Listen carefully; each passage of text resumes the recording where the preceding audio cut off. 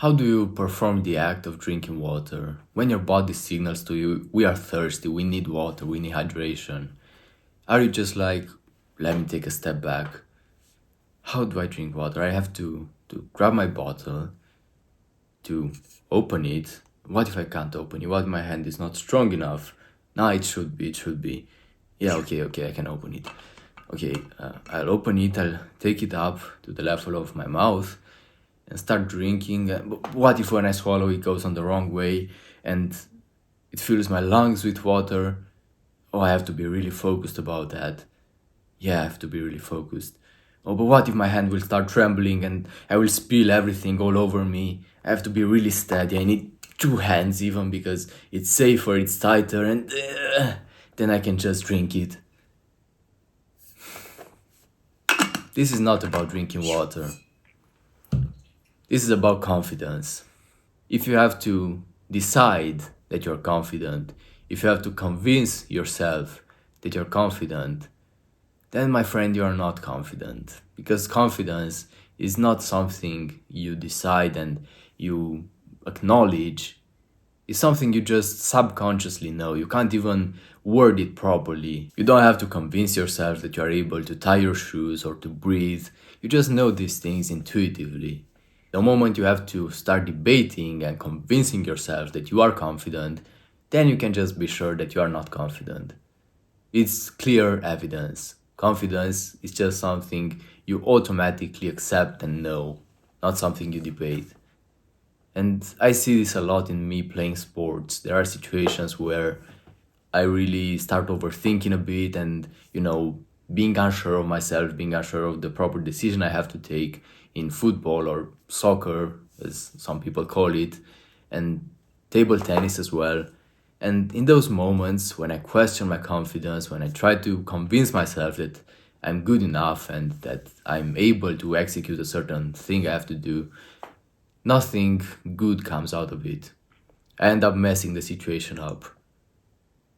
And maybe I have a very similar or an exactly the same situation, let's say, in different circumstances, and I don't overthink at all. I just go ahead and engage in it. And every single time I do that, I succeed. Most of the times when I start overthinking, I fail.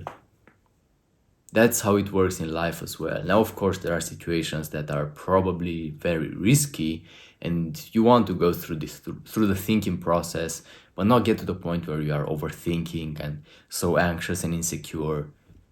You just have to compute the logical thinking that's necessary to engage in a certain big life decision, for example. That's okay, but generally, you don't have to think at all if you are confident enough. And if you're confident enough, you can basically blindly engage in most situations in life, in most challenges, and either succeed or gain the respect of others. So, confidence is not built by overthinking and by convincing, but by removing the doubts. Because, again, in most situations, that overthinking is completely unnecessary.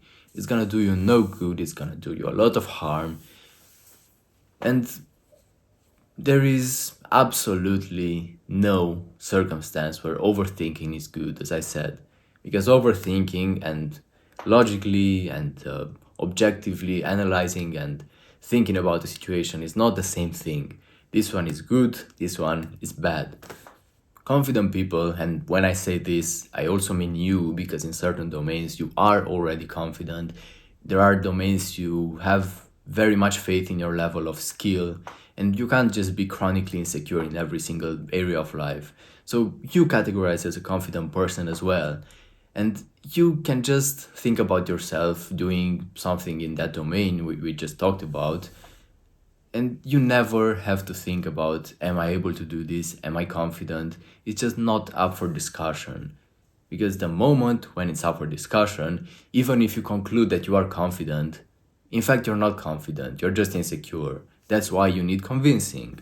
So instead of trying to gain confidence, just ask yourself, why is this even up for debate? Why am I not secure enough in myself, in my abilities? Unfortunately, more often than not, these confidence issues are illustrated very well in social situations. Normal social situations, not talking to a public of 10,000 people, just talking to your friends or to strangers or to a security officer somewhere asking for directions. You feel you feel the resistance coming up. You feel like you start to doubt yourself. You feel unsure. So many feelings of insecurity. And true confidence is basically the absence of insecurity, not when you overcome it and when you are brave enough to do something despite the fact that you feel insecure and anxious.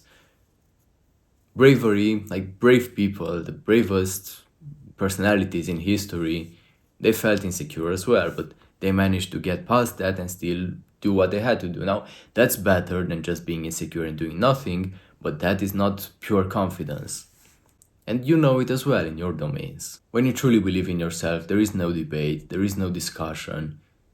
It just makes sense that you are confident. Why would you even question your confidence? Why would you even question your abilities to breathe the air around you? It's just common sense.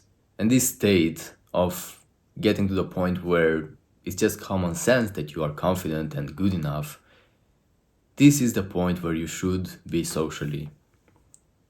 And if you think that's unachievable, if you think that's something you could never become because of a certain number of factors that seem very logical, those are just limiting beliefs. I talk more about limiting beliefs and overcoming everything in a video you'll hopefully be able to see right now, so go ahead and check it out as well.